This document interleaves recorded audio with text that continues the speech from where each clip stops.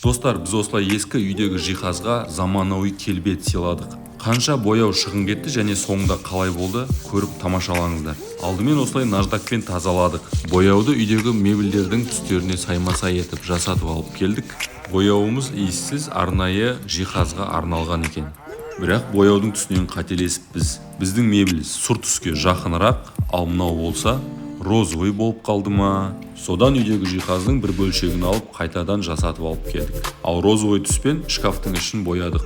Сөйтіп гламурный, креативный шкаф болып шықты. Жалпы 2 шкаф, 1 тумбаны боядық. Кеткен шығындар 2,5-3 сағат уақыт, 900 граммдық 2 банка бояу, 2 валик лотогымен, 3 орама қағаз скотч және менің 1 демалыс күнім. Қаржылай 25 000 теңгедей шықты. Нәтижесі қатты ұнады, заманауи классикалық стильді қабылдады.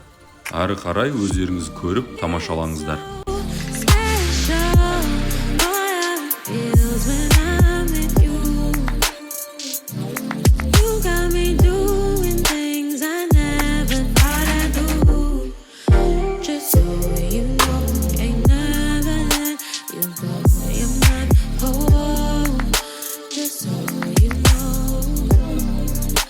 I'm